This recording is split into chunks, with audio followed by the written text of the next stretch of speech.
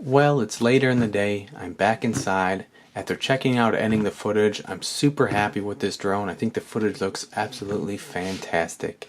Speaking of editing the footage, the only thing that I edited about the footage was I just cut the clips.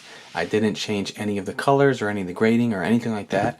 All I did was cut the clips to make them different lengths and kind of put them together. That's all I did, in case you were curious. Another thing I want to mention real quick is when I flew the drone, I didn't change any of the settings. I flew it with the default video settings.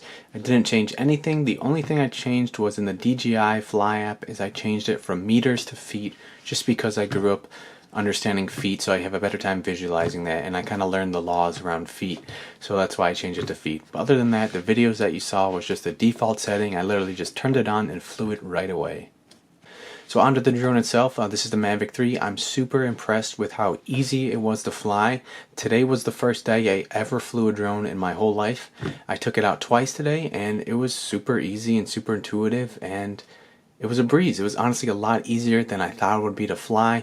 There's a lot of, I guess, intelligence inside of it. This thing doesn't want you to crash it. It does a really good job of stabilizing itself. For example, I thought that when you're using the controller, if you wanted to move the drone to the right, you'd move it to the right, it would change the orientation of it, and it would continue moving to the right. That's what I was expecting, and I thought you'd have to kind of counteract it. But the drone's pretty smart, so pretty much if you move it to the right, it's going to move to the right until you let go of the stick, and then it's going to stabilize and stay right there. So it's only going to move the direction you want it to move, as long as you're pressing that direction, if that makes sense. A lot more easier to fly than I was honestly expecting. The whole time the camera looks so stable and sharp. I was impressed. It was moving up there pretty quickly and catching such still images. You would never guess that it was just flying on this tiny little device around 20 miles an hour, just zooming around. So super happy with that. The controller itself, I'm really happy with the way that it feels and how it connected. I had no connection issues. I never lost any video or any connection like that. I didn't take it super far this time. I just literally flew it around the park, which is still pretty far, but I didn't take it like 15 kilometers or anything like that. And honestly, I picked this up and I flew it right away, and it was very easy. I grew up playing video games, especially with controllers, so maybe that helps me. But if you've probably played any kind of video games with controllers, it's going to be just a breeze to pick up.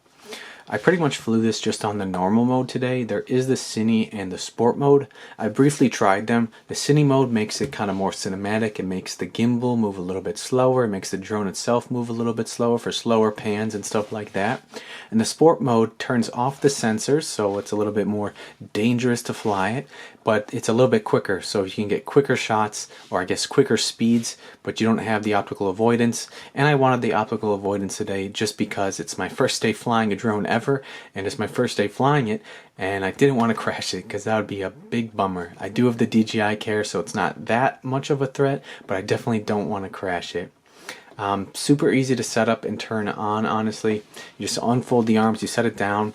One thing I will say is I was going to initially launch it or fly it from a grass kind of land. That's where I initially set up camp, and then the grass was a little bit too long, and the bottom propellers or blades were too close to the grass blades. You really need a flat surface with almost no...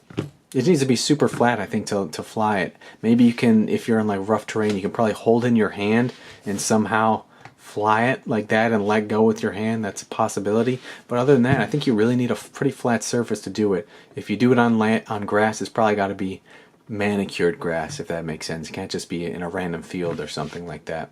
So I did have to move it to an old kind of helicopter pad in the park right there. But it was still really cool, and I think it made for some great shots as well, spinning above the helicopter pad. The battery itself, I didn't end up using the whole battery. I actually had to leave. I had something else going on in the day, so I couldn't drain the whole battery. For the first flight, I had it up in the air for 25 minutes, right around 25 minutes, and it said that it had 30% left of battery, and it said that it could fly for around 13 or 15 more minutes. It was around there. I don't exactly remember when. So I could have possibly got around like 40 minutes, give or take 35, 40 minutes, something like that. I know it boasts, I don't remember what it boasts. What did it boast? 42 or 46 minute flight time. I would have probably got a little bit less than that, but what I do want to say is when I started flying this, it was freezing outside. And by freezing, I mean it was 32 degrees Fahrenheit or 0 degrees Celsius. It was freezing. And so that probably affects the battery a little bit. But I did go from a warm house to a warm car right into the drone, and I flew it up in the air. So the batteries weren't really sitting in the cold. And just in case the battery really lasted only a couple minutes, I took the other two and I put them in my coat pocket just to keep them warm in case I needed it. But it flew the whole time, no weird battery warnings or anything like that. I landed it perfectly fine and went really smoothly. Overall, honestly, I'm really happy with the way this drone flies and the footage and the images from it. Super wonderful, super breeze, and yeah, I'm just super happy with it. I know it's a very expensive device, but I think you get what you pay for with some things, and I'm really happy with it. This turned out. I've never flown any of the other Mavic series, so I don't have anything to compare to, but I'm super happy with the purchase, and it's going to last me a long time. It's got some good insurance on it, and it's going to produce some wonderful videos and footage for all types of things. And yeah, I'm just really overall happy with it. Anyways, I hope you enjoyed this video. I hope it helped you learn a little bit about the Mavic 3. Hopefully it got you excited about it or made you decide if you want to get it or not, or hopefully you just enjoy the footage. And I just want to say thanks for stopping by, everybody. Keep on keeping on. Have a beautiful, wonderful day, and I'll catch you all in the next one.